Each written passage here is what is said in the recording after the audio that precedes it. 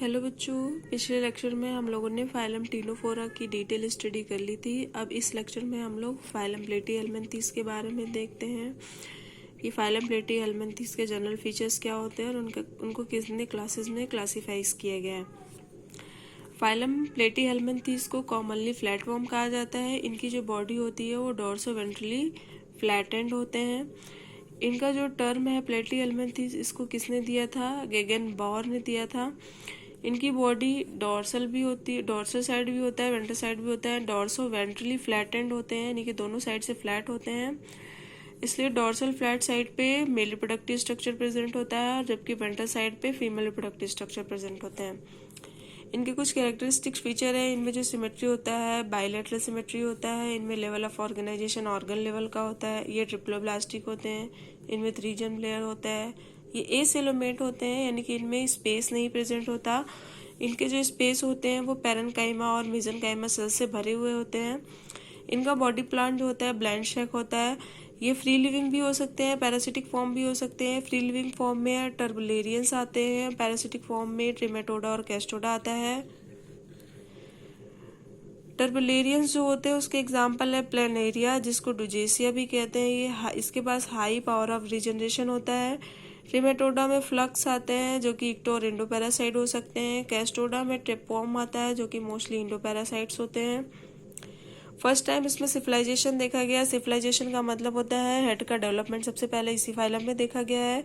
Suckers present होते हैं, hooks present होते हैं, स्पाइन प्रेजेंट होते हैं, लेकिन सिर्फ पैरासिटिक फॉर्म में ही प्रेजेंट होते हैं। ये फ्री लिविंग फॉर्म में नहीं प्रेजेंट होते हैं। इसका मतलब ये टर्बरेरियन में एब्सेंट होते हैं।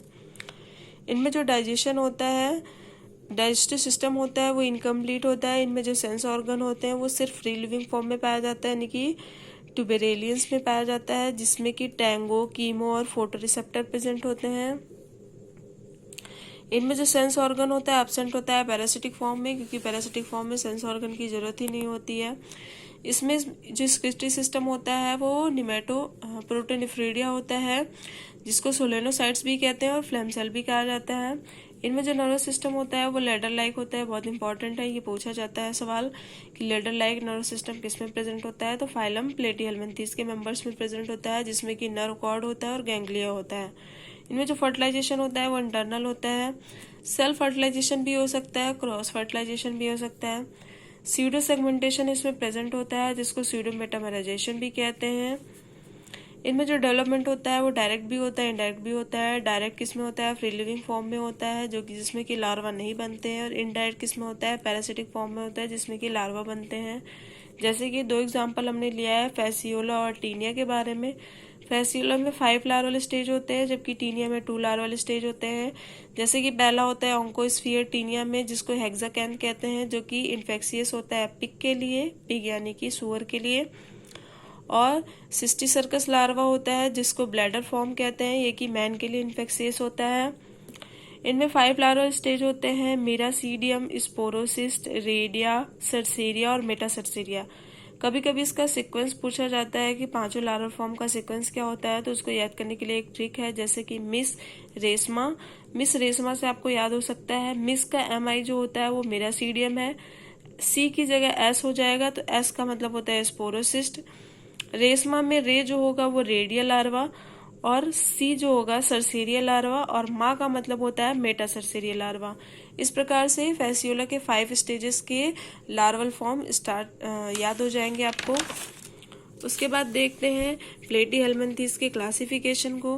प्लेटीहेल्मिन्थीस को 3 क्लासेस में डिवाइड किया गया है, टर्बुलेरियन, ट्रिमेटोडा और कैस्टोडा में। टर्बुलेरियन जो होते हैं वो फ्री लिविंग होते हैं, ट्रिमेटोडा पैरासिटिक फॉर्म होता है, कैस्टोडा भी पैरासिटिक फॉर्म ही होता है।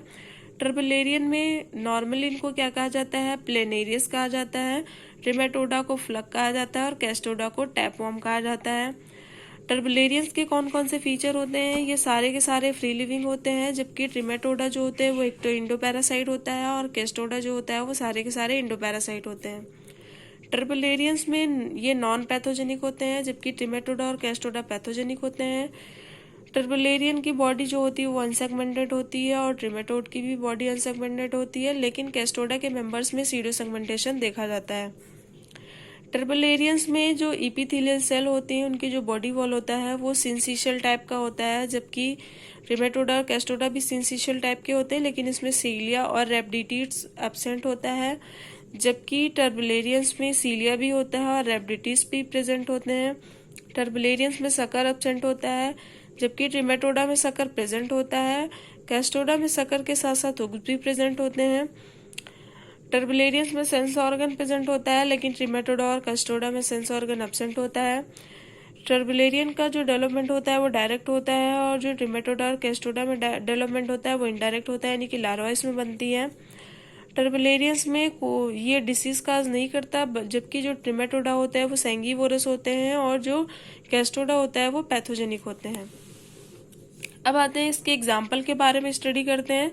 तो टर्बुलेरियन के एग्जाम्पल में आता है, पहला एग्जाम्पल प्लेनेरिया है जिसको डुजेसिया भी कहते हैं। दूसरा एग्जाम्पल है बाइपेलियम। तीसरा एग्जाम्पल है थिसैनोजोइया। चौथा एग्जाम्पल है कॉन्वोल्यूटा। उसके बाद आता है ट्रिमेटोडा के एग्जाम्पल। ट्रिमेटोडा के एग्जाम्पल में आता है फेसियोला हेपेटिका जिसको सीप लिवर फ्लग भी कहते हैं। फेसियोला जिजेंसिया जिसको कैटल लिवर फ्लग कहते हैं। साइजोस्टोसोमा जिसको ह्यूमन ब्लड फ्लग कहते हैं। फेसियोलोप्सिस बुस्की जो होता है वो इंटेस्टाइनल फ्लग होता है। पैरागोनियम वेस्टर्मी जो होता है वो ओरिएंटल लंग फ्लग होता है। कैस्टोडा में आता है टेनिया सोलियम जो कि पॉक टैपवर्म होता है। टीनिया सैगिनाटा जिसको बीफ टैपवर्म कहते हैं। हेमिनोइलिडी जिसको स्मॉलेस्ट टैपवर्म कहते हैं। इकाइनोकोकस ग्रेनुलोसा जो कि डॉग टैपवर्म होता है, इसी को हेडिटीड वर्म भी कहते हैं।